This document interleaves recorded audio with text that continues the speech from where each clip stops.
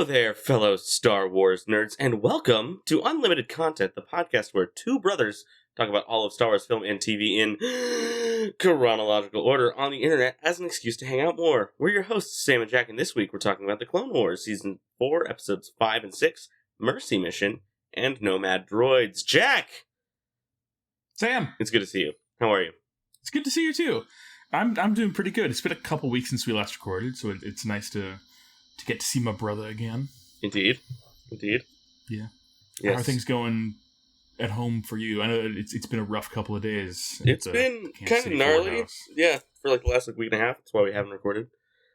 So Sarah had a cousin who lives in Florida pass away pretty tragically about a week and a half ago. And then we did not record last week because we just found that out. And then Sarah went down to Florida for the funeral and came back with COVID. So Marion is at Sarah's parents' house where she is quarantining. I am in Marion's room right now where I am quarantining. And Sarah is as okay as you can be with a case of COVID. So yeah. It's been an adventurous day. We went to the hospital today to make sure she was okay, and she is okay, but still, like, it's COVID, so it's not easy or anything. Yeah. Of course, yeah. That's gonna bug me. There we go. Great. There's flickering lights. There's flickering light. That are messing with Sam's groove. Yep. Threw off my groove. But yeah, so that's been my last, like, week and a half or so. Yeah. At least in terms of, like, not fun things. I've done other things. Yeah. You know what else isn't fun? That's exactly what I thought you were going to say. Bills. So many bills. Unlimited bills. Check, how are we going to pay these unlimited bills? Unlimited ones.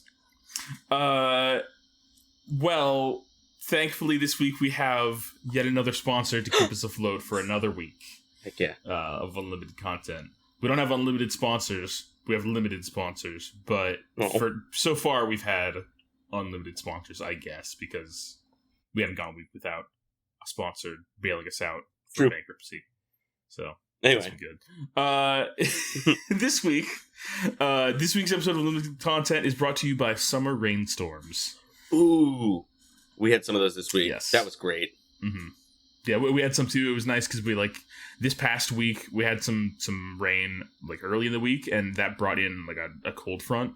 I mean, quote unquote cold. It was like in the 80s instead of in the upper 90s or 100s. That's so great. It was like, take that. It was nice. It was nice. Yeah, I went out with some friends to get dinner one night this past week, and we were eating outside, and it was like at sunset.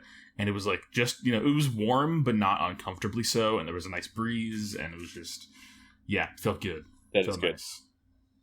Nice. So, thank you to our sponsor, Summer Rainstorms, for sponsoring this episode of Unlimited Content. Yes, thank you very much for the concept of. Thank you very much for the concept of Summer Rainstorms. Appreciate it. Couldn't do it without you. Well, I'm so sorry to hear about all the junk that's been going on in y'all's lives this past week and a half. That's real rough, and I hope Sarah recovers quickly and fully. Yeah, she's already she's right. We're pushing fluids and keeping her fever down and all that stuff. So we're doing good. We're doing all the things the doctor told us to do. And the doctor said as long as we do that, it's gonna be a-okay. Just gotta give her body the fuel it needs to fight this. So we're doing good. Well, that's good. Yeah. Mm-hmm. Yeah, and of course, being fully vaccinated and stuff, I assume it helps. Yes. Plenty. Yes. Yeah, she was vaccinated. So it does help. It could have been a lot worse. But yeah. So beyond that, what's been going on in your life that has been less of a bummer? So cool, fun things that have been happening in my life. Let's see. Yes. I wrote them down. So our new cat Zorro is still nuts. Before we got started in Marion's room, I was sitting out in our dining room, and two of my cats, one of them being Zorro, were fighting on either side of my laptop, or trying to. I was like, this isn't going to work. Too much cat going on. Too much cat. So I am now in Marion's room, avoiding cats. Zorro's doing great, all things considered. He's just a energetic little kitten who likes to playfully fight, but the other cats don't like it. They fight back, and it's fun. But this is just kind of how this is like standard for like introducing one cat to another cat. Like they just fight until they stop caring. Territorial, yeah. kind of. Yeah. Yeah. So yeah, that's going on right now with Zorro. He's still super cute. Still love him. Still great. Adorable. Other things that I got all caught up with watching The Boys on Amazon Prime. The Boys. Very good show. Very dark. I like it a lot. The ending was a big ol' twisty twist that I didn't see coming, and I don't know what they're going to do in the next season. The next season is the final season, and it's like half the characters are like out of commission or dead or completely different than they were at the beginning of the episode. Wow. Yeah, like there was one character, I'm not going to say who, but we thought he was dead, and then he comes back evil. Yeah. Which, speaking of which, that's all I want to do in case people watch The Boys. I don't want to spoil anything. But speaking of characters we thought were dead, but now are come back as evil. Yesterday at San Diego Comic-Con, it was announced that Robert Downey Jr. will be playing Doctor Doom in the Marvel Cinematic Universe. What? So, yeah, I feel like they're kind of pulling out all the stops to try and like reorient the Marvel Cinematic Universe at this point, because like the last few years has been kind of hit or miss, definitely, and rough. And then of course the whole thing with Kang, and that them sort of having to abandon that plot line despite having spent several seasons of TV shows and some movies like developing that. They're like they've had to basically abandon that, and so they're like, what can we do to like get people interested in this again and reinvest it and get people excited? Right. And this could either be the most masterful thing that they've done since like Infinity War, or it could be the jump the shark moment, and there's like no in between. yeah. Because I'm excited to see what happens with it, because like, presumably it's going to be like, Tony Stark from an alternate universe where he was Doctor Doom instead of Iron Man or something. Indeed. Yes, it's going to be, because that is not unprecedented in the comics. Yes, yeah. Yeah, Tony Stark has in the comics been Doctor Doom at one point. I've been watching, this is like all that my TikTok videos right now. It's just people like speculating theories of like how they're going to make this work. Yeah. Then it's just Tony Stark being a Tony Stark variant. But I think what would be, I don't know, I think for storyline wise, for like the respecting the character of Doctor Doom, I hope that they just like introduce him as a variant and then he gets killed off by the one true Doom or something. That way we can just not have Robert Downey Jr. as Tony Stark as Doctor Doom, but have actually Victor Von Doom. I don't know. I think that'd be great. I don't know. But another theory I've seen online that I think could, like, just as to like why they're doing it, is because Robert Downey Jr. is the main character of the Marvel Cinematic Universe, and the reason that Phase 4 felt so weird is because the main character wasn't there. It's kind of him and Cap are the two like main characters, right? It's kind of like a Michael Scott leaving the office kind of situation. Like after that, the show's kind of over. Or like when Scrubs got rebooted on ABC, it just didn't feel the same. Like that's what the MCU has felt like, and so I think they're like, let's bring back the character that everyone like was here for, and that's Iron Man. Yes, and I can't imagine how many boatloads of money they had to pay RDJ to get him to come back. I don't know. Like, geez. I don't know. Yeah. But with that, they... Yeah. Sorry, go ahead. I was going to say, if they don't introduce Doctor Doom with some MF Doom song, I'm going to be disappointed. That'd be good. I have to have an MF Doom song in the first Fantastic Four trailer. They better. Oh, man. But I mean, Fantastic Four, the Galactus is going to be the big bad of the first Fantastic Four. Oh, okay. Yeah. Is it supposed to be it's like a period piece? Yeah. Does it take place in the past? It's going to be in the 60s. Okay. Like, the era when Fantastic Four was first introduced. Like, the first, issued comics where it was, like, this futuristic 1960s kind of thing. Like, retro futurism kind of thing. Yeah. I'm curious as to what, like... how this is going to connect to the rest of the MCU. Then, like, are they gonna like whenever like are they gonna time travel to like the present day, or is it gonna be like them old later, or is it gonna be like a new team, or like I have no idea. Presumably, they're gonna try and incorporate the Fantastic Four into like the upcoming Avengers movies, right? Because it'll be Doomsday and Secret Wars, the next two Avengers. Yes, that's one thing they changed, is that it was gonna be, I think it was gonna be, it was always gonna be Secret Wars was the second one, but the first of these Avengers movies was going to be Avengers: The Kang Dynasty, I think. Yeah, and now they've changed it to Doomsday. Right. So. Yeah, clearly, Doctor Doom has replaced Kang as the big bad of this era of the MCU, which I'm excited for. I'm very looking forward to seeing what happens with that. Yeah, it's very, very interesting, very cool. I'm like, this is definitely something that I like. I feel excited about something in the MCU for the first time in a while. Me too. You know? Yes. Have you seen Deadpool yet? I have not. Deadpool and Wolverine. Yeah, it just came out 2 days ago, as of this recording. I have not seen it yet, but I very much want to. It looks like a lot of fun. Same. Yeah, Sarah and I were going to see it tonight before she, tested positive. So, yeah. That's not happening. But yeah, I wonder what...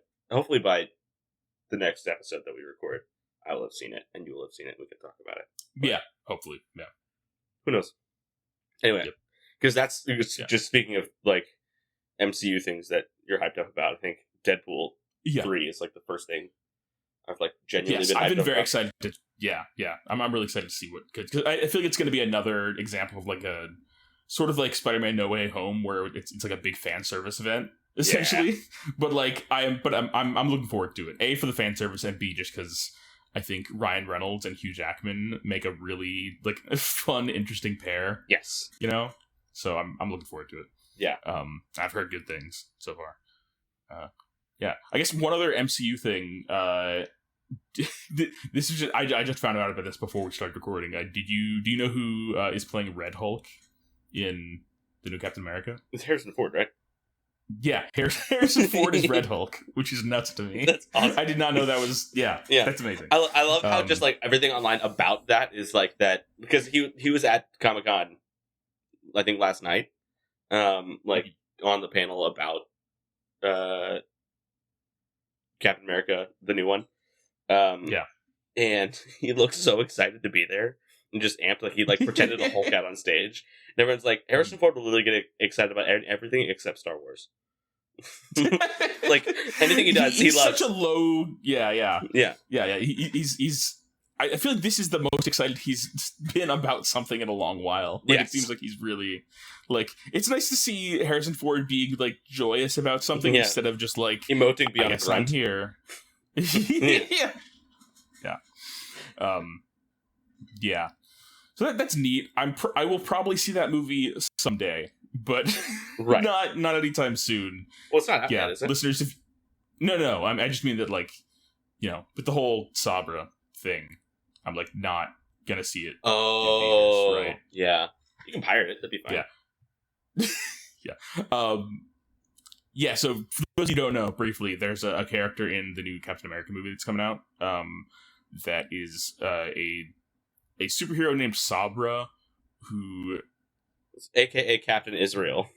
I don't know. I don't remember. I just know that I think she is a member of the IDF who got a super soldier serum. I think that's basically it's what if the Israeli Defense Force got the super soldier serum and gave it to an Israeli woman?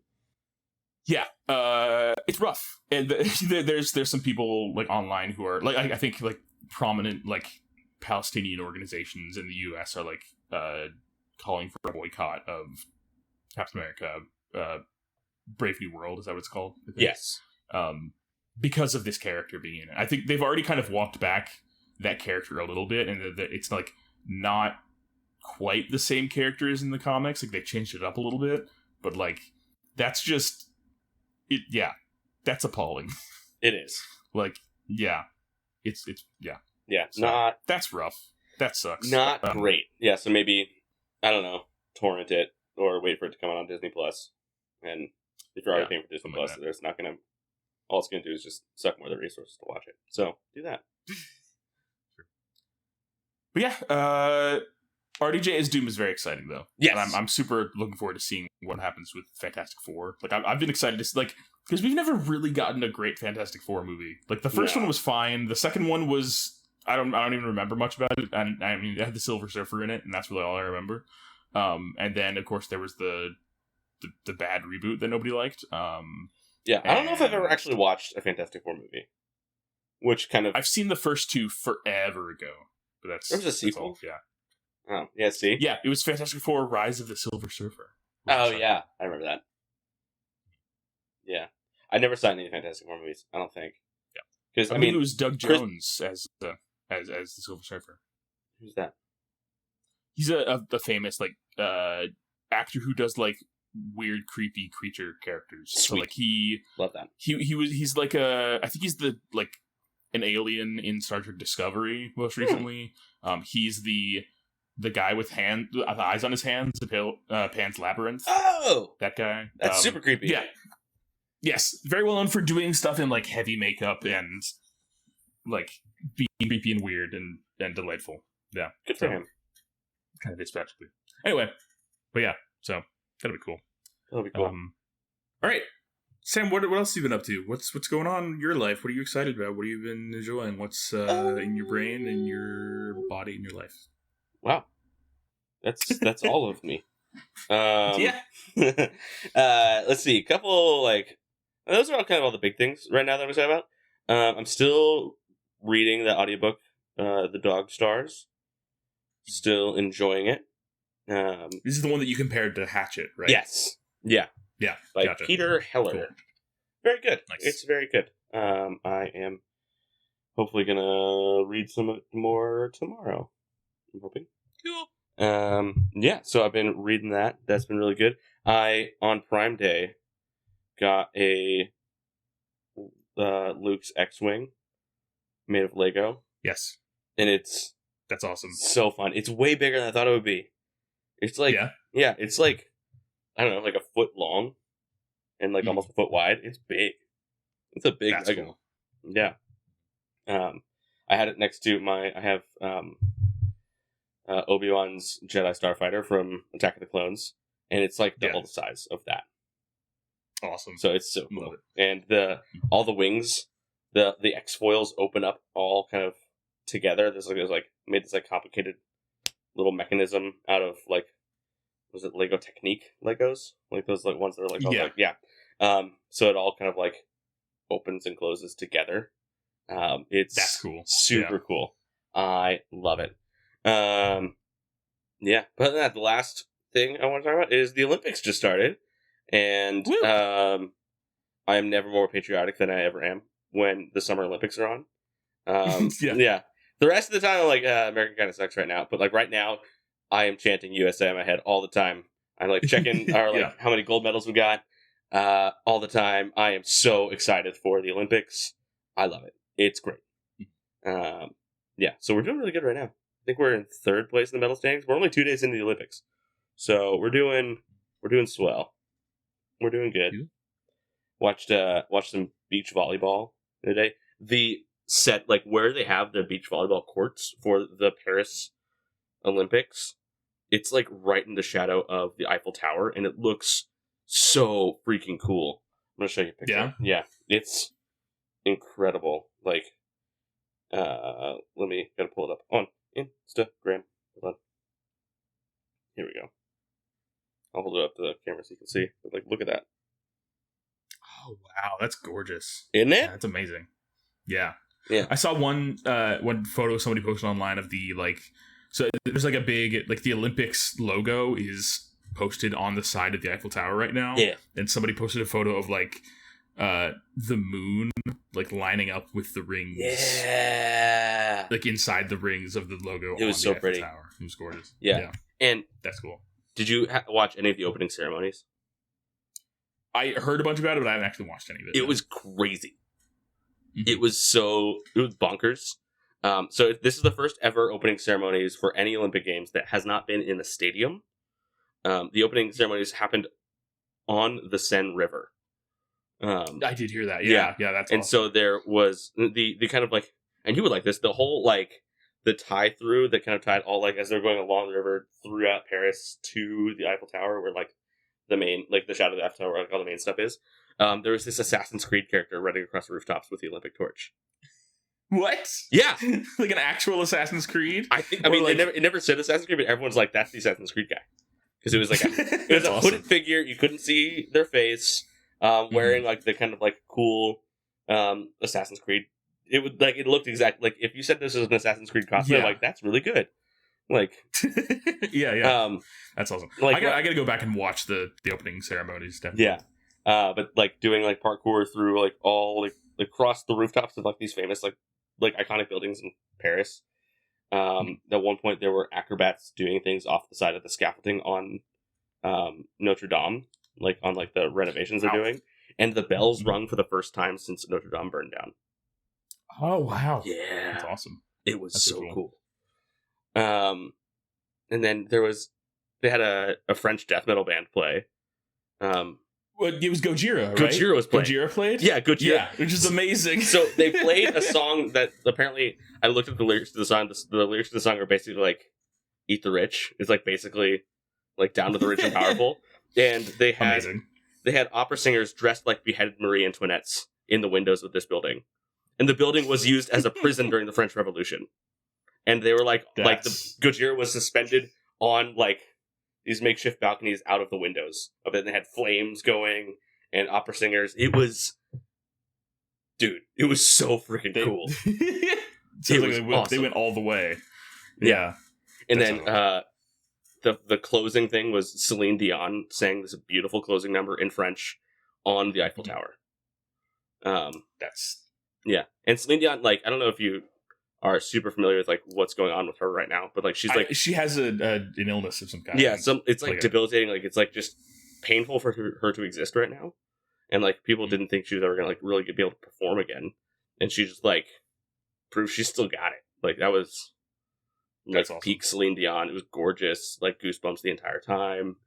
But she was just like on like if the Eiffel Tower again, it's kind of shaped like an A. It was like that cross part of it. She was just right there, directly underneath the Olympics logo.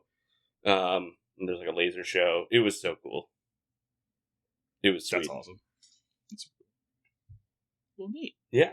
So that's I could talk more, but you did things too. You have a life. I want to hear about you. I want to hear more about Jack. Let's see. Things that Jack has been doing. I'm still very slowly learning guitar. Ooh. I've not done much yet, but I'm still very early. I can like play a couple chords, and I'm like, it's slow going, but it's like still fun and exciting because I feel like every time I learn a little new thing or notice myself getting a little better at something, I'm like, I unlocked a new ability. It's an exciting process to be like, oh, I can do something now. That's cool. Yeah, it's like a tiny thing. Yeah, I've been enjoying it a lot. Have you been playing that like rock band-ish kind of thing that teaches you how to play guitar? Rocksmith. Yeah. Yes, I've been playing a little bit. I for the first like week or so, that's the main way I was practicing was through Rocksmith. But I've gotten to the point where like Rocksmith is really cool, but at the same time, it's not very like guided. So it's like it's kind of like, I feel like I'm like trying a new song, and it's like this is really difficult, and it's like it just feels like there's a steep learning curve, and I want something that's a little more directed, at least for now. And then I'll probably go back to Rocksmith after a bit, and like once I have more of the basics down, But there's what I've just started doing is there's a series of free like online guitar lessons nice. On I think it's called justinguitar.com, and it's this guy who has a YouTube channel and his website. And what is his name? Justin? I would assume so. Good. It'd be weird. It would be weird. Unless it's like this just in guitar. Like it's news about guitar. Yeah. Anyway, that's technically possible. Yeah. Yeah, but it's like a step by step. Like it's totally free. I think you can pay for like some like the extra like advanced lessons, but pretty much all of it is all the main content is all free, and it's a series of videos, and it's guided, and it tells you like, okay, make sure that you've practiced this much and done these things and gotten good at this before you move on to the next lesson, that kind of thing. So it's like it's a guided process. So I'm excited to kind of get more into that. Sweet. So that's exciting, fun. Let's see what else. I think not last weekend, but the weekend before. I think I went to Classic Game Fest here in Austin. Ooh, what is that? Which is it's a convention that I've wanted to go to for a few years now, and me and my friend Danny wanted to go last year, but he was traveling during time, and so then this year we were like, we're gonna do it this year. So we went. It's at a convention. It was at a convention center downtown in Austin, and it is a 3-day convention about retro gaming, basically. Sweet. So most there's like retro game tournaments and stuff, and there's some guest speakers like Nolan Bushnell, founder of Atari and creator of Chuck E. Cheese, was kind of the headline guest. I forgot that Atari started Chuck E. Cheese. That's so crazy. Yes. Yeah. So yeah, he was there, and there were some like game tournaments, but most of it is a big convention like expo floor with lots of booths for things that you can buy. So lots of different retro game stores and folks with like various collectibles and gaming memorabilia and hardware and stuff that are just have it on sale. It's a big old like, people go to buy and sell and trade retro games and find stuff that they want, and there's also like an artist alley with a bunch of like local artists or artists who came in to independent artists, I should say. With like different like art prints or pins or whatever, what have you, of mostly like video game related art stuff. And yeah, it was a lot of fun. It was I went for one day. I got real tired doing a lot of walking, but it was fun. And let's see, I did get a couple things. First thing I got is this pin, because I just really wanted it. This is a little enamel pin of Karlach, who's a character from Baldur's Gate 3. Oh, okay, cool. Great. And it's a super cute little enamel pin that I got from an artist who goes by Nintendo. Sweet. And it's super cute, and I love it. And I don't have a thing to put it on yet, but I'm gonna find something to start putting pins on. It's fun. Yeah. But yeah, so that's cool. And then I also got, you'd appreciate this. I got I'm just gonna grab it real quick. Show and tell. Show and tell. I love it when it's show and tell. This isn't going as planned. Nothing to see here. Okay, I'm back. Show and tell. Show and tell. I got a record. I love that. This is it. Whoa. It's called Video Game Lo-Fi Kingdom Hearts. What? And it's an album of lo-fi remixes and covers of music from the Kingdom Hearts games, and it's great. That's so it's good. Beautiful. It sounds good. You like it? I assume you've listened to it already. Yes. Yeah, I listened to it. And it comes in this really gorgeous, like kind of holographic, rainbowy looking sleeve. It's very shiny, and it's got a picture of a Hollow Bastion on it. And it is very, very cool. I want to show you the record itself because it's very pretty. I love pretty records. It's red. It's red with some orange flecked in there. It's really cool. Yeah, it's kind of like lighter red. I don't know. Tie-dye looking. It is tie-dye. Yeah, it's very pretty. It's translucent, like bright, like candy apple red. Yes, it's awesome. So yeah, I got that, and I got the pin, and yeah, that was my Classic Game Fest. It was fun. That's so fun. Yeah, I think when I got there, I kind of realized that like it's been a long time since I've been to a convention. Mm-hmm. And I think I realized that I'm like at the point now where I'm less interested in going to conventions where it's just like you go to buy things, because it's like, I don't know, I have to pay like $40 for the pass for the day to have the privilege to get in to go and buy other things. Yeah, I feel like at that point you should just like get a goodie bag for being there, Yeah. Or like there should just be a lot of freebies at booths and things, just like fun little stickers, like not like the big fancy ones, but just like a little sticker, like a water bottle sticker, not like a car sticker. Mm-hmm.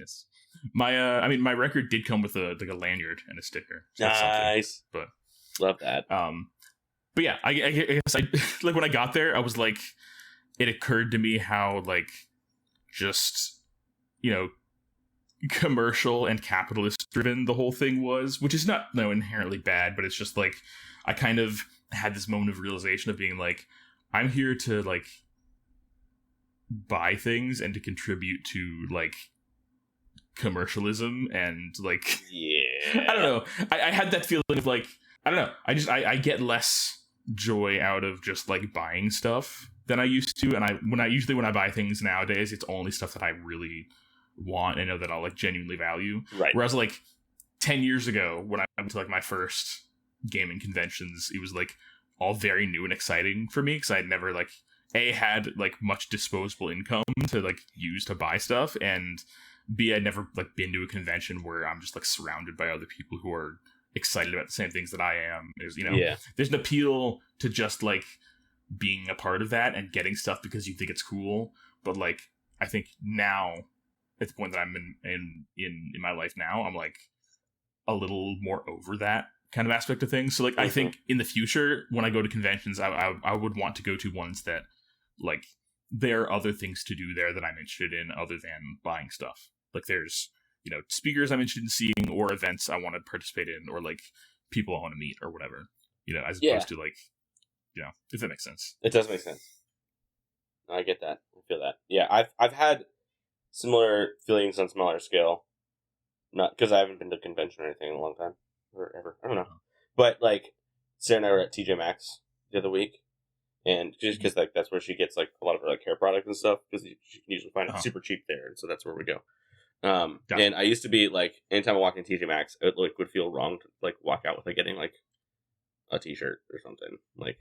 And now, and like I like started like walking over to like all the T-shirts and stuff, and I was like, I'm like, I gotta get something because I'm here, and then I'm like, at this kind of like, wait, no, I don't. I don't need to. Yeah. I don't need to do this. Like, yeah. Yeah, it's no, I get that too. I've had a similar feeling recently of like kind of trying to remind myself that like I don't have to like buy stuff. Yeah, like it's a weird like, I mean, you know, obviously I don't have to buy stuff that I don't need, but like there's this I don't know, this feeling of like, oh, you know, I got a paycheck and you know I should like go and buy something and get yourself a sweet little treat. I can. Yeah. But then I like, you know, most of the time when I buy stuff, I end up like accumulating things and it just kind of sits in my apartment. And I'm like, not that there are things that I like don't think I'll ever use. Like I generally only buy stuff that I'm like genuinely interested in and think I will definitely play this game or I'll definitely read this book at some point. Right. But like I'm trying to get more into the habit of actually like, you know, using and appreciating what I have already rather than going and buying more stuff. Like I love going to half price books and like getting stuff. It's just like that's one of my kind of favorite things to do like on a day off or whatever. Is just go to half price books, look around, see if I can find something that's like cheap and fun and cool. And I still do that sometimes, but I'm also like trying to get better at like remembering that I don't have to do that. Like kind of, you know, pushing myself to be like, no, you don't have to spend money. You can just like, you know, you can save your money and instead use, you know, have fun with one of the many things that you've already purchased and like read some of the books you've bought or play some of the games you already have. And it's, I don't know. I think, you know, there's that sort of kind of the novelty and the excitement and the instant gratification of getting a new thing and being like, oh, I have this new thing. It's cool. And like that, you know, it's kind of a dopamine hit to like get something new and especially to like, get a good deal on something new. You know? But like, yeah, I'm trying to like move away from that. So. Yeah. Look at us growing, getting better. Look at us adulting, kind of maturing. Who'd have thought? Not me. Cool. All right. Well, speaking of cool and novel, but not something I paid for. So I got a guitar recently for free because I found it. I told that story, and then earlier this week, I'm in a Facebook group called Buy Nothing. And it's for those that don't know, it's a series of Facebook groups online that are basically like hyper local, like neighborhood based Facebook groups for people in like a specific small geographic area to basically share like hey, I have this thing that I don't want anymore. Would anybody else want this?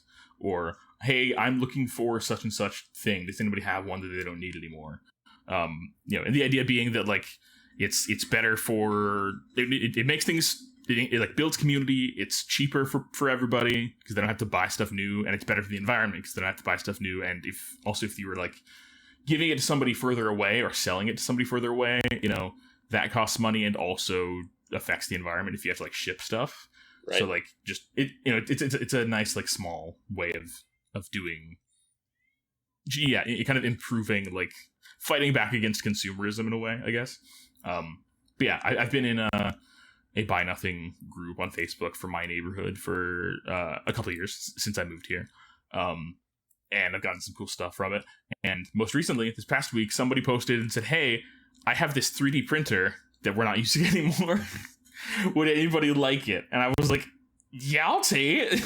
So, what the heck? So I have a 3D printer and also a little like wooden stand that they had to like put it on, and also some like rolls of 3D printer filament. I have not like tried it out yet because they said that it's like in their post they're like, it's not currently working, but you can see if you can get it to work, and if not, you can like use it for spare parts. And I was like, yeah, I can do that. Because I'd like to have a 3D printer because that's cool. Not that it's never been an ambition of mine to have a 3D printer, but like, right. I always thought it was cool, and it was like, this is free. I'll try that. Yeah.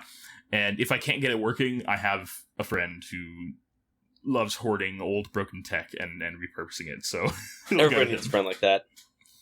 Yes. But yeah, so don't know what I'm gonna do with it, but I don't know. It's just a cool thing. I'm stumbling into various new hobbies because of coming into possession randomly of free, expensive electronics. I love that for you. Lord, I've seen what you've done for others. I'd like that you do that for me. That would be great. Join a Buy Nothing group, Sam. Well, here's the thing. There's not... I live in Kansas City, Missouri, like, within city limits. There is not a Buy Nothing group for, like, anything in Kansas City other than the entire city. There's not, like, a neighborhood one. That's a bummer. Yeah. There was in, like, my in-laws' neighborhood. We used to live with them for a while, and I was part of their group, and it was great. I got some cool stuff from that Buy Nothing group. Like, I think I got, like, some furniture there. And, yeah, it was great. Yeah. But, yeah, there's just not for, like, Kansas City, Missouri proper. So, sad.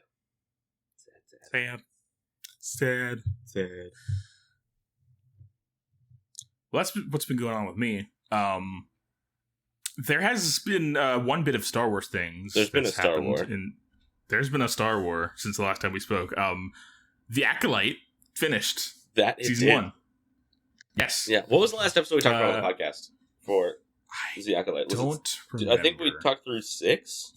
Or did we talk through 6? Because I think we didn't talk about the last 2. Maybe we did talk about. Okay. Yeah, I don't know. I don't know. Who knows? Whenever this comes out, I'll either be vindicated or proven wrong. That's how it works. Yep, those are the options. Those are my options, right or wrong.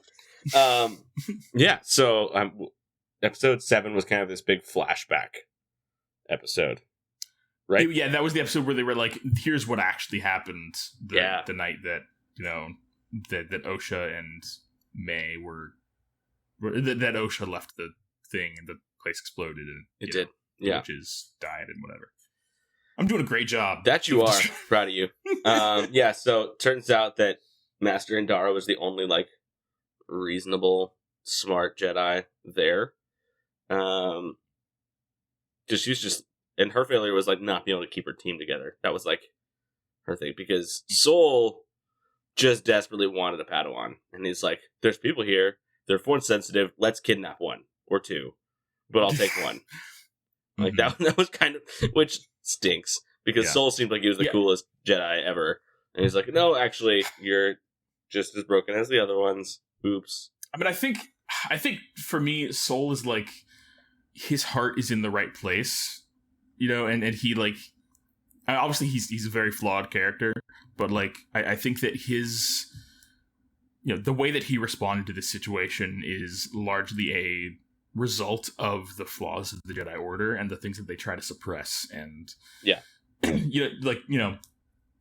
kind of how the Jedi are so anti-attachment, which has been again and again become a source of pain and like frustration and chaos for the Jedi, and I think in some ways ultimately led to their downfall was kind of how adamantly they were in favor of being detached and emotionless. And I think Soul's like attempt to save May and Osha, or quote unquote save them, was his like his emotions and his attachments like getting the better of him. He had he had good intentions at heart, and I think he to an, I don't know, part of what I like about the Acolyte is that it's not a like straightforward there are good guys and bad guys situation. It's about the balance of power and the way that we treat power and we treat each other, and how we decide who gets to, as they said in like the first or second episode, it's about power and who gets to wield it, right? And yeah, I'm just like, I think Soul is like cool and wise, but like he's similar to Qui-Gon Jinn in some ways, but I think that he let his emotions get the better of him, but I think that's not entirely his fault. It's also the fault of the Jedi for like he was reacting to the kind of the detachment of the Jedi and Order as a whole. I think he like expressed genuine concern for these kids, and Indara, for as level-headed as she is, I think her flaw was that she sticks to the law of the Jedi. Yeah, she was the most dogmatic before, for sure. Yeah, and she definitely like felt the least like sort of compassionate towards these people. She was like, we need to talk to the council. We need to being very reasonable, but also like you need to have a balance of being level-headed and also having empathy. And right. I think you need to be able to make game decisions and not like say we have to wait until we've checked every box, crossed every T, dotted every I. Like sometimes you just need to do stuff, and she didn't. Yeah. So,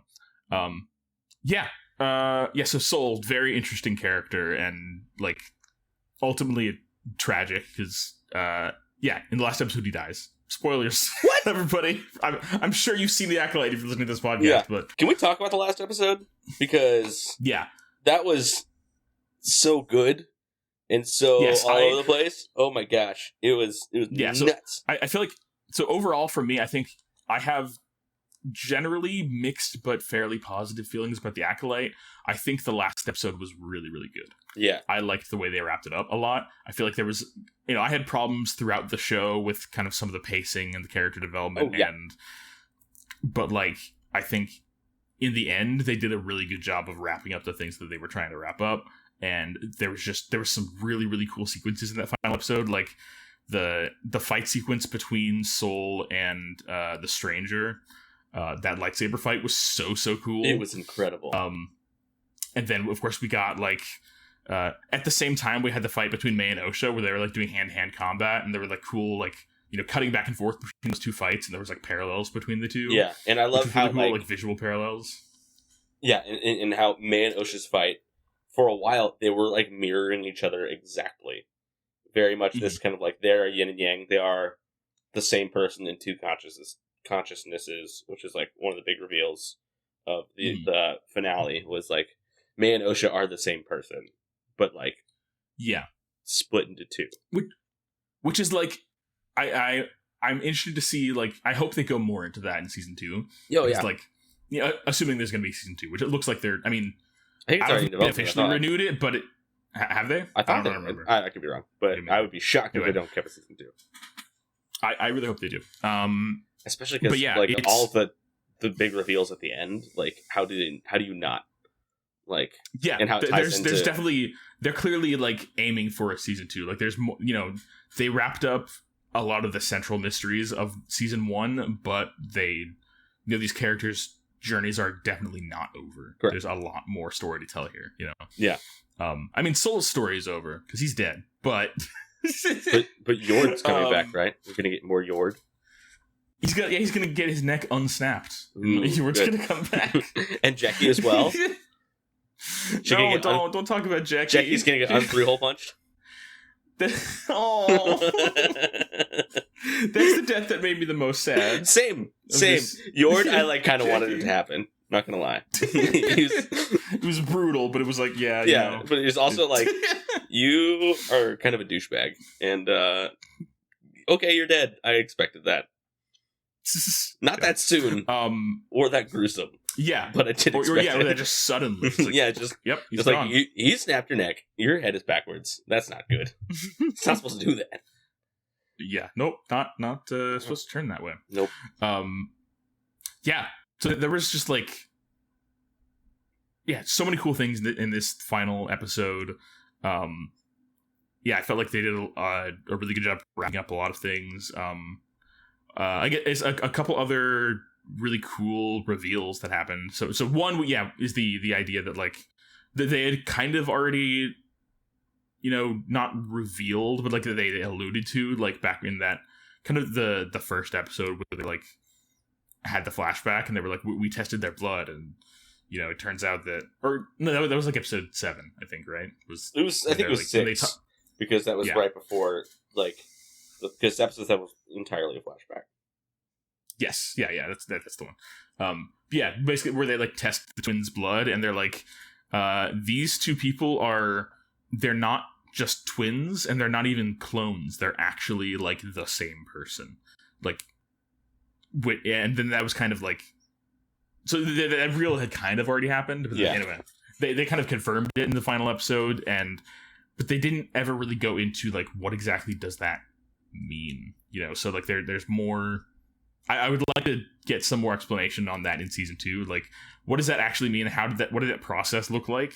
How did they come into being? And what does it mean for these two people to be the same person? Whatever that means. Yeah. So very curious about that. Right. So some cool things, some mind-blowing things that we saw in this episode. Yes. Number 1, we saw Darth Plagueis. Yes. Darth Plagueis in live action canon for the first time ever. Yes. Oh my god. We got one shot of him with these weird spindly fingers and creepy his little weird hands. Face. Yeah, and his creepy little hands. His Squidward face. Peering out with he does have a Squidward face. Peering out from the cave. So Darth Plagueis is canon and we've seen him. So that's really cool. Yeah. That's very exciting. It was very, very exciting. So my theory is that this is going to be similar to, I think, because now May is Kamir's apprentice. Or Acolyte, or whatever. No, Osha is. Osha, that's right. Osha. They're the same person, it's fine. Did the whole flip. They did the whole twisty flipperoo. They did. So I think Osha is going to be kind of an Asajj Ventress to Dooku to Palpatine kind of thing. Yeah. Because I think Plagueis is the Palpatine, Kamir is the Dooku, and Osha is the Asajj Ventress. Yes. Yeah, and I think we're going to get a parallel Plagueis telling Kamir to get rid of Osha kind of thing happening. And we'll see how that goes. I don't know how it's going to go. Yeah. That's my theory, just because it's Star Wars, it rhymes. So, If I had to theorize what I think will happen, based on just vibes, I think that Plagueis is going to be you have to kill your apprentice, and then instead, Kamir and Osha are going to team up against him, and then Plagueis is going to kill Kamir. That's my guess. That feels right. And then Palpatine will come in as the next apprentice at some point in the future, whenever, and then Palpatine will kill Plagueis, whatever. whenever that happens. Yeah. That's my approximate theory. Yeah, that could happen. Yeah, I think that's right. So yeah, we had But that. it's just that Another it's cool 100 years in thing- the future or the past. So like, Yeah, and we don't know how old Plagueis is. I mean, yeah, we don't know how old Sheev. Palpatine is. Yeah, I think Sheev's probably just a twinkle maybe in his we dad's can- eye at this point. I don't know. he's just a twinkle. Yeah. Yeah. Yeah, so Darth Plagueis, amazing. Yes. Other cool thing that happened, we saw a lightsaber, a kyber crystal being bled for the first time in live That- action.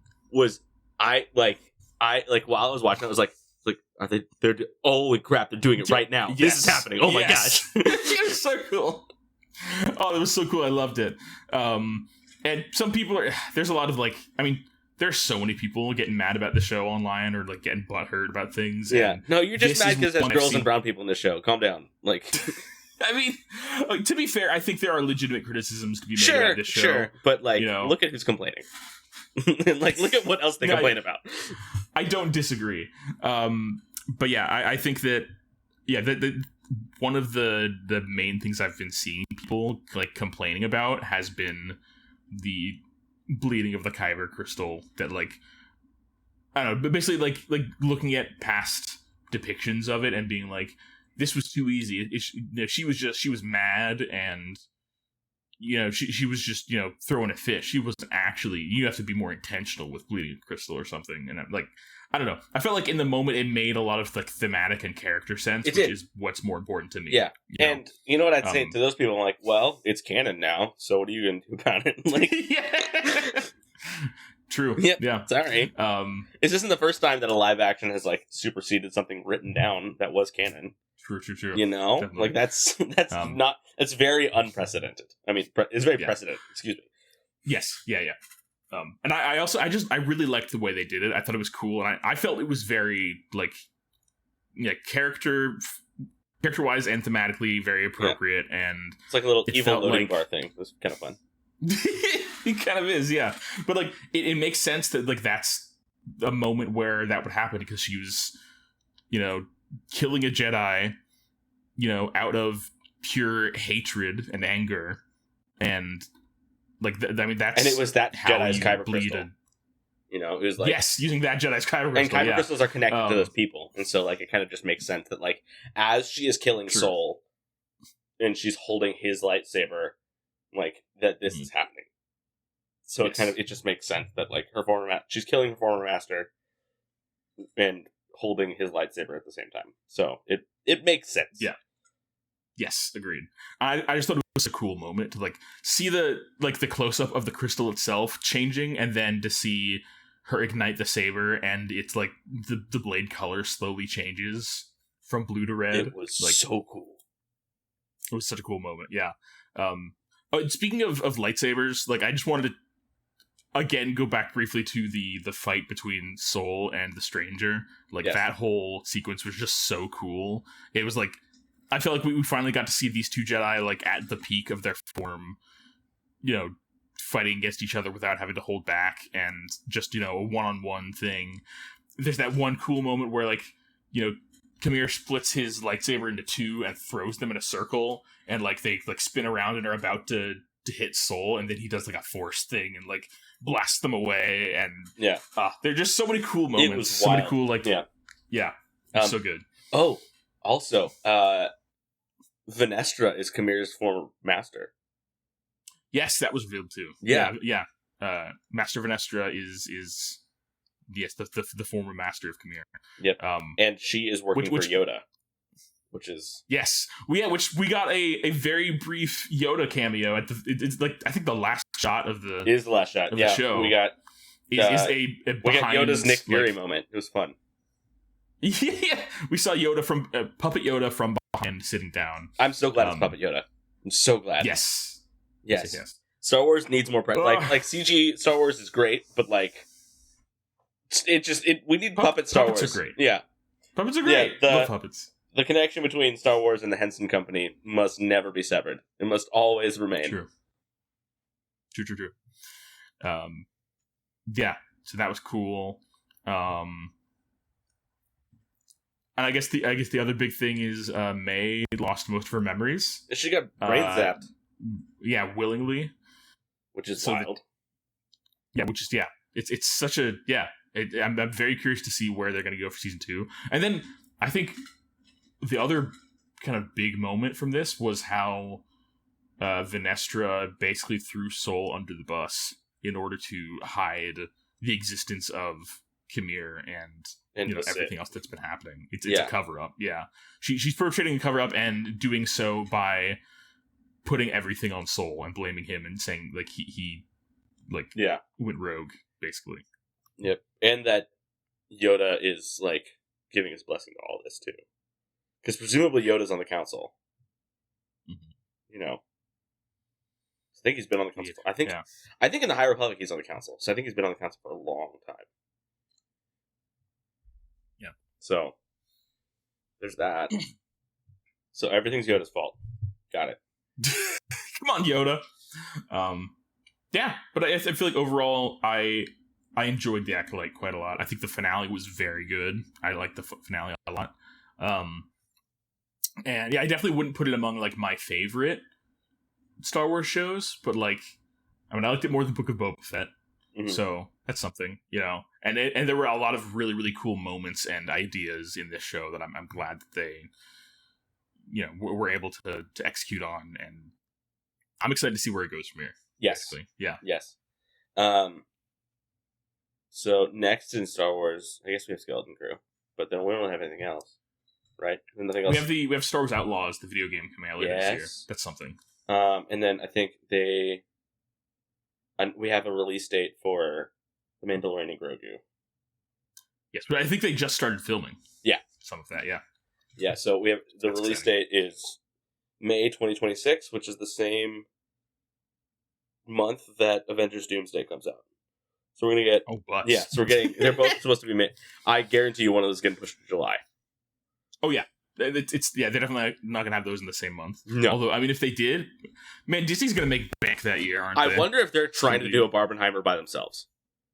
But it's all do a double feature. But it's all Pedro Star Pascal Wars and all Marvel. the time. Because he'll be Mr. Fantastic. And True. Yeah, I didn't even think of that. Yeah. Oh, so awesome. I think Pedro Pascal's trying to do his own Barbenheimer. That's what this is. Yes. Yep. That'd be great. It would be great. Yeah. So, I want them to announce whatever the next animated thing in Star Wars is going to be. I want a new animated series, not a mini series. Like, I love the Tales of Jedi and Tales of the Empire, but I want like an ongoing like Bad Batch or Clone Wars or Rebels thing. Want a Ventress buddy cop show. Hell yeah, yeah. Ventress and Quinlan Voss buddy cop. Oh hell yeah! Yes, yes. That's what I want. I want that. That'd be awesome. Yeah, I would love that. I would love a. I was gonna say a thing. I forgot it. I would want like a like a new animated series that takes place during the like between episodes 4 and 5 or 5 and 6 that follows like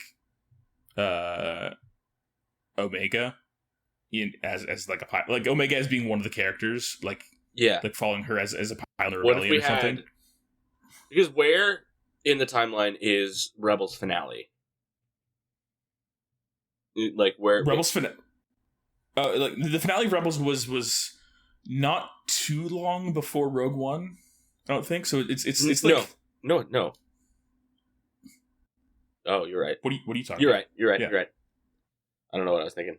My brain farted for a second there. Okay. Yeah. Okay. Yeah. So Rebels all takes place before the original trilogy, except for like the epilogue scene. Except for the epilogue, yeah. Okay. So I want between the final scene and the epilogue scene, I want Omega and Hera to team up. That'd be cool. Wouldn't that be cool? That'd be really cool. Yeah. That'd be awesome. That'd be sweet. Yeah. I'd love to see like Hera taking Omega under her wing and like teaching her to be a better pilot or something. Yeah, because Omega's already a fantastic pilot because she's force sensitive and or at least has a high M count kind of thing. Like Yeah. because everybody's force sensitive. Thanks, Kanan Jarrus. But I don't know. Yeah, I want to see that. Yes. Yeah. I also wouldn't mind seeing like an entirely new cast of characters. Sure. Yeah, in some. Yeah, I want as more long as we get Rebels cameos. That's all. High quality. Yeah, yeah. I want some more high quality Star Wars animation in an ongoing series with some cameos from characters we love and frequent appearances by Chopper, please. Yes, Chopper, all Chopper, all Chopper the time. miniseries. Yes, that's what I want. Chopper wreaks havoc during the rebellion era. Yes, please. Yes. Chopper actually blew up the Death Star too. I believe that. He would. All him. He would. He would. Yeah. Or Chopper was the one flying the Super Star Destroyer into the Death Star too, as it all explodes. I want that. Yeah. Yes. Well, all right. I think it's time for us to move on to our main segment, don't you think? I think so. I think you're right. All right. I think I'm right too. This week we're talking about The Clone Wars Season 4, Episodes 5 and 6, Mercy Mission, and Nomad Droids. Jack, where do they take place in the timeline? They take place in 20 BBY. We're still in 20. We got a while in 20. Nice. The moral of Mercy Mission, which is the first of the 2 episodes, is understanding is honoring the truth beneath the surface. That's nice. These are weird episodes, Sam. These are... there's so many weird pop culture references in these episodes, I think. And I want it because I feel like they were a bunch of just anyway, here we go. Potential events. Global crisis! The mid-rim planet of Aline is devastated by catastrophic earthquakes. As the people struggle, the future of the survivors rests on their ability to rekindle their way of life from the rubble of the past. A Jedi transport on a mission to block separatist annexation of the Quillyria system, I think I said that right, is waylaid to provide desperately needed humanitarian relief to the people on the surface of Aline. Alright, so, Senator Amidala and Master Yoda contact Commander Wolf, we love Wolf, the leader of the humanitarian relief expedition, for a status report on the situation on Aline, which is fairly joyful considering the circumstances. A fully loaded relief force, including C-3PO and R2-D2, sent along as translators and to interface with the equipment, descends to the surface, which is planned only to be a brief stay because the troops would have to return to the war as soon as possible. The king of Alina, Manchucho, I love Star Wars names, welcomes Wolf and his troopers enthusiastically, though an aftershock disrupts their greeting somewhat. When C-3PO tries to calm the startled villagers just as the quake stops, the Alina view the golden droid as some sort of divine messenger, classic, and ask the Republic troops to put the Earth to rest, a request Wolf, understandably, has to pass. While Wolf and C-3PO explain the function of delivered supplies to Manchucho, Boost, Sinker, and R2-D2 enter a local Republican communications station to survey and repair the damage the quake has inflicted, accompanied by a few Alina, who welcome, increasingly impressed with the magics their helpers make work. When C-3PO joins R2 in the station, the villagers are eager to show him something and lead the 2 droids to a collapsed structure which contains a huge golden seal embedded in the ground. The seal is revealed to be the entrance of a tunnel leading to the subterranean regions of the planet. When another quake hits the area, C-3PO accidentally slips through the partially uncovered opening and plunges into the dark depths, followed by R2. A tangle of branches cushions 3PO's fall, but then the rubble shaken loose from another rock, clogs the entrance to the tunnel, trapping the droids underground. One of the Alina tries to fetch help, but with no knowledge of their language, Wolf misunderstands their intentions, so Manchucho and a few of his people race to the structure to initiate a chanting ritual. While exploring the tunnels they have landed in, C-3PO and R2-D2 encounter speedy, sparkling lights, chase them, and subsequently stumble into a strange subterranean ecosphere, which is inhabited by sentient tree-like beings called Kindalo, who demand they leave since they claim the surface dwellers destroy the peace. After C-3PO convinces them they bear the Kindalo no ill will and mentions that they are here to help with the earthquakes, the Kindalo sends the droids to Orphine, an amphibian-like humanoid with mystical powers.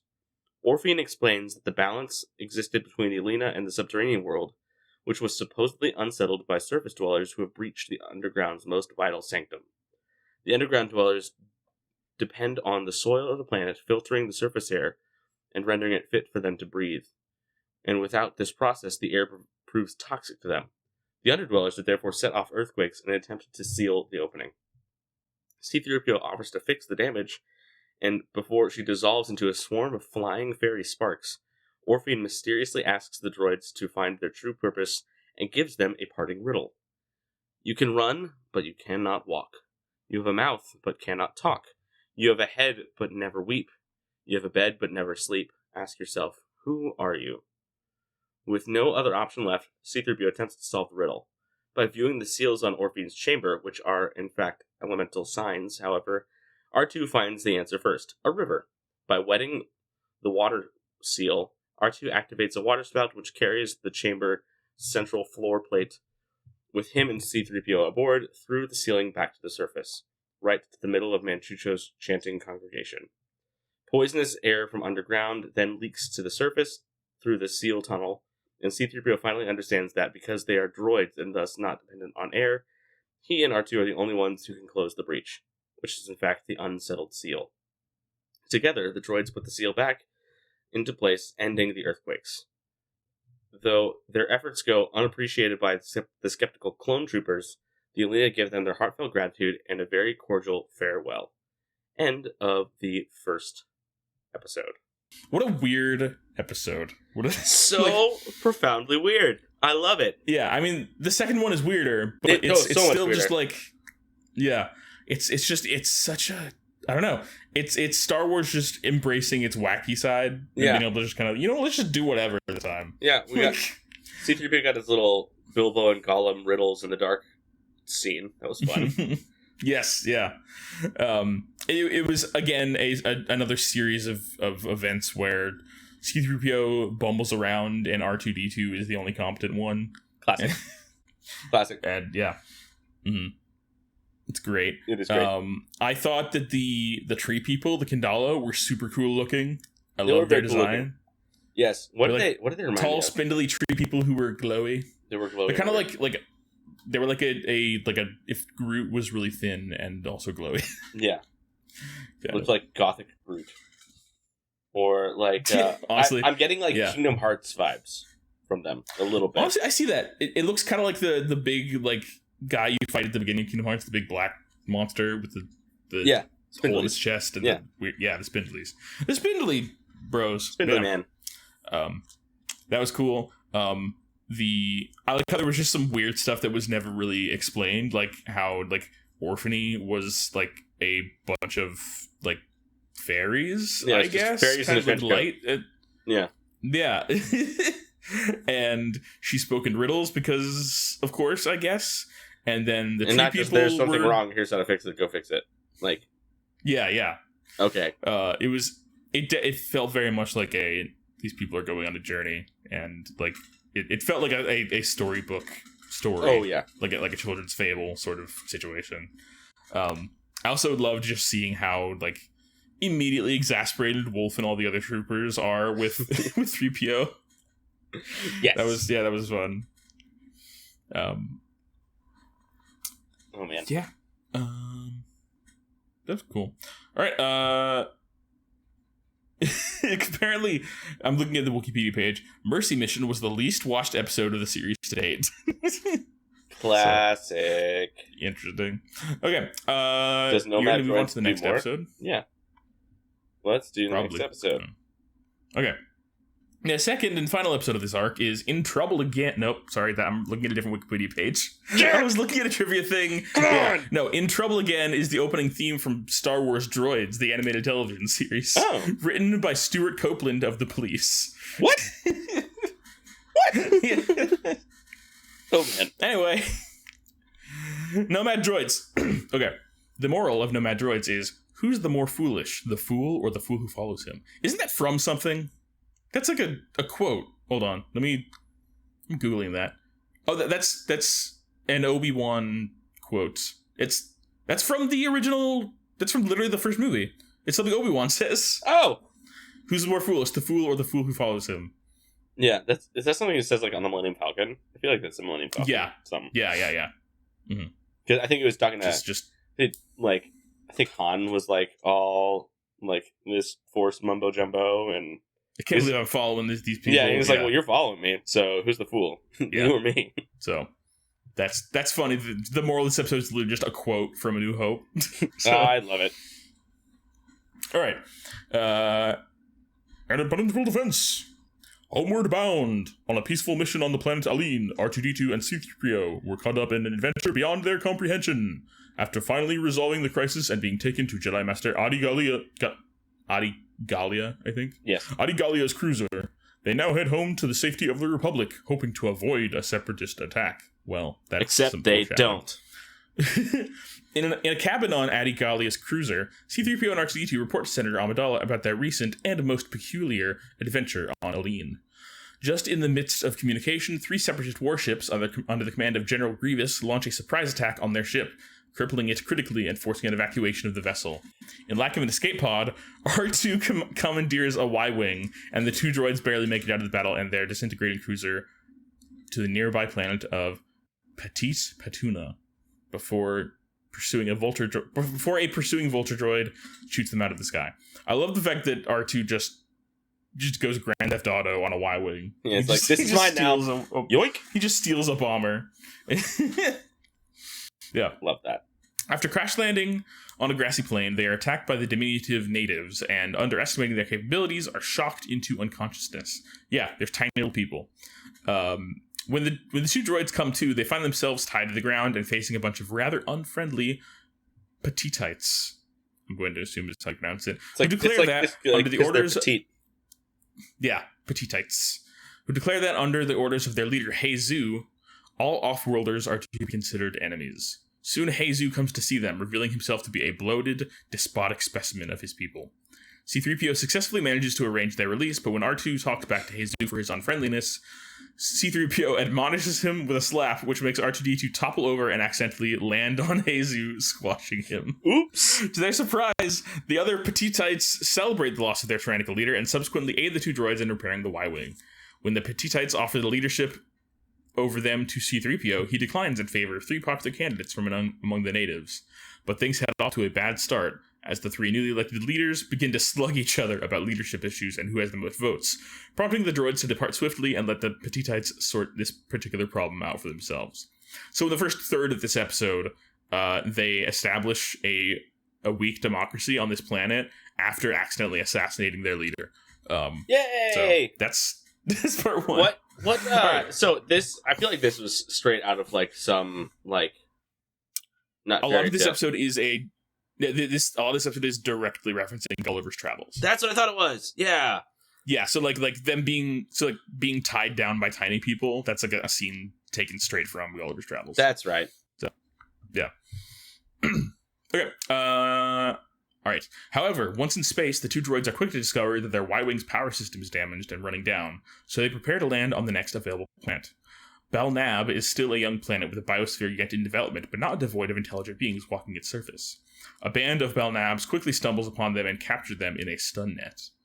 The 2 droids are brought before the Belnab's great leader, Albi Duwa, who electrocutes the Belnab that brought the 2 to him. C-3PO attempts to negotiate, but R2-D2 notices a disguised wall and sneaks off to reveal several rogue pit droids, and reveals to the Belnabs that their leader is actually a hologram. The enraged Belnabs storm the crashed cruiser to get revenge on the pit droids, resulting in a large explosion which presumably kills all but one of the pit droids. Yeah, I love that we get this is the Wizard of Oz now. Yes. We now get a Wizard of Oz story where the Wizard of Oz is a bunch of pit droids, which is great. I love how in this arc twice we've got like small things in a trench coat are actually something else. Because we got in the first episode, we got the fairies are actually this like weird amphibian like goddess thing, and now we have the Wizard of Oz is actually pit droids.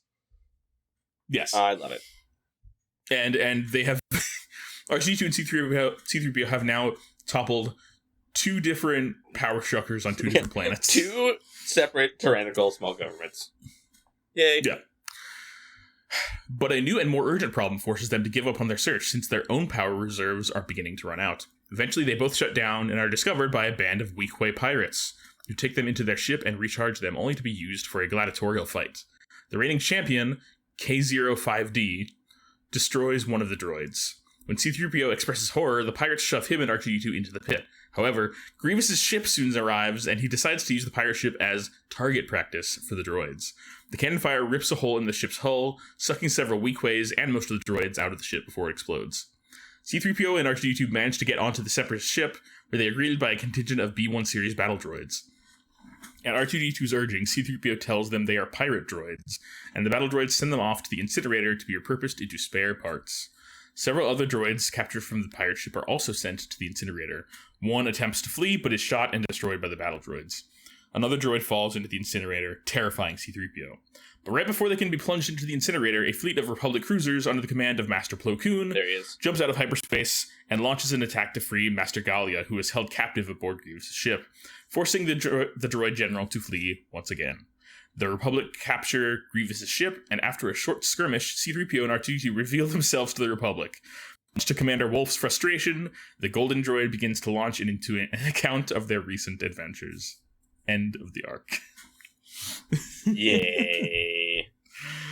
Just wacky event after wacky event in this episode. Here's the thing. I think this arc is just Dave Filoni giving us some cotton candy before plunging us into Umbara. That's what this is. True.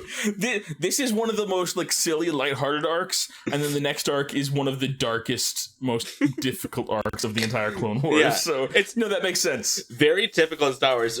As soon as things start to feel nice and happy, you know that it's about shit's about to hit the fan. Yeah. Yes. Yeah, that's why Revenge of the Sith starts with Anakin and Obi-Wan just wisecracking and having fun, doing flips and things.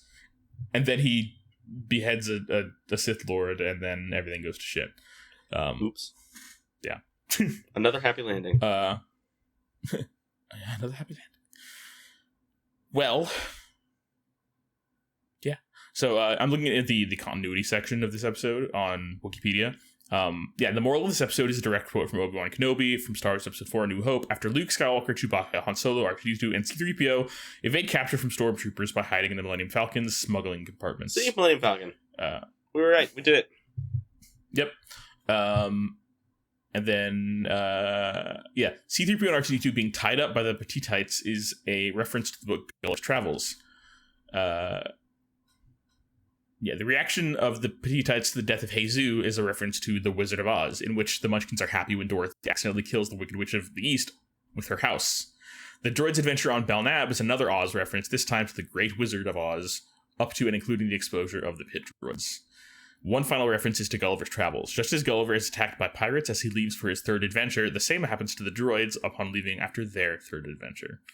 So yeah, this is just a mashup of Gulliver's Travels and Wizard of Oz in the Star Wars universe. I love it, and it's just a silly droid story. Yes, delightful, silly fun. Right, Sam. Yes. What's your favorite part of this arc? I think my favorite part was when they accidentally squished the leader. That's what I was gonna say.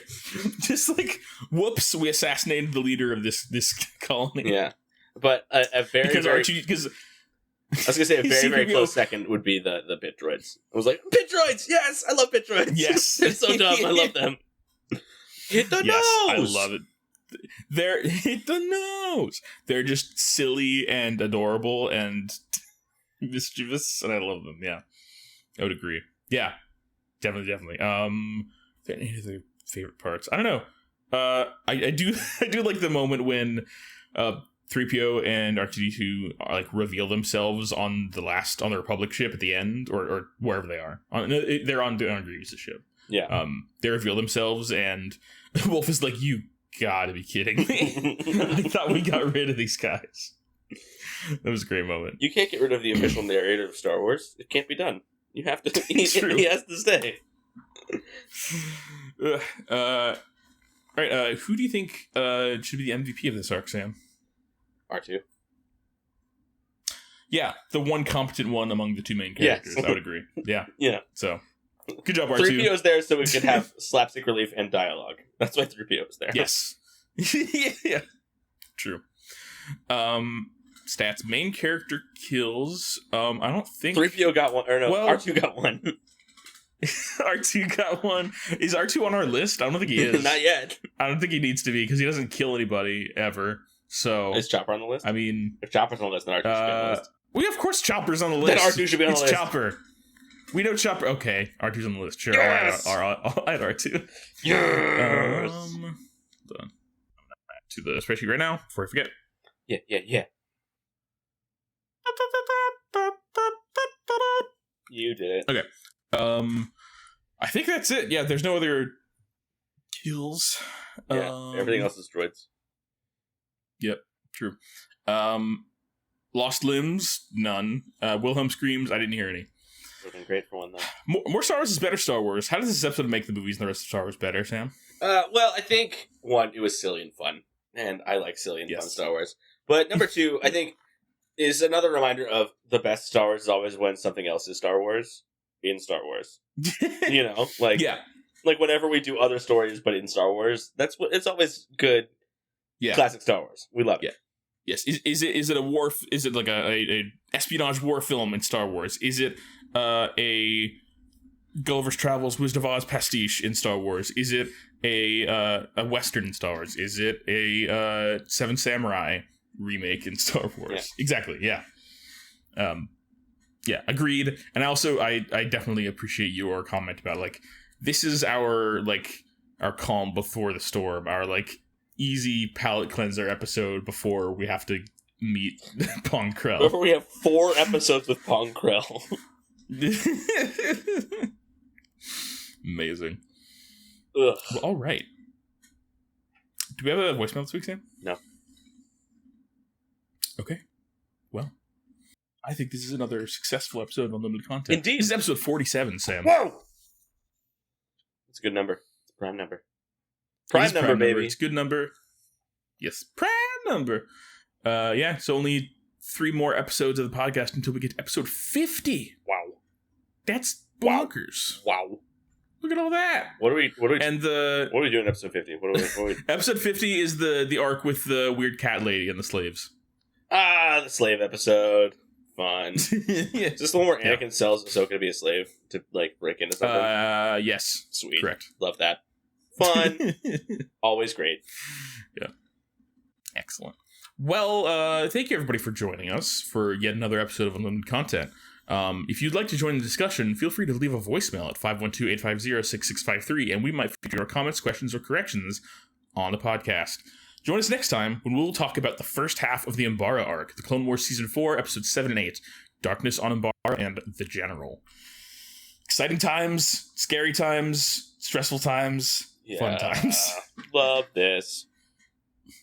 So, honestly, some of the best episodes of Star Wars. That's true. It is. It's so good. But Also it's just brutal. It's yeah. It's like, do you want it's so dark. do you want to just like feel sad and angry while watching Star Wars? This is how you do it.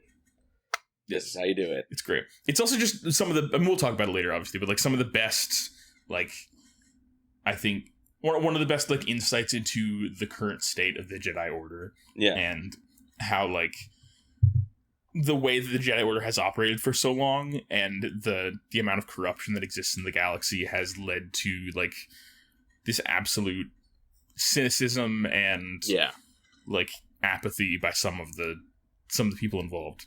And like, some people just want to see the world burn. Indeed.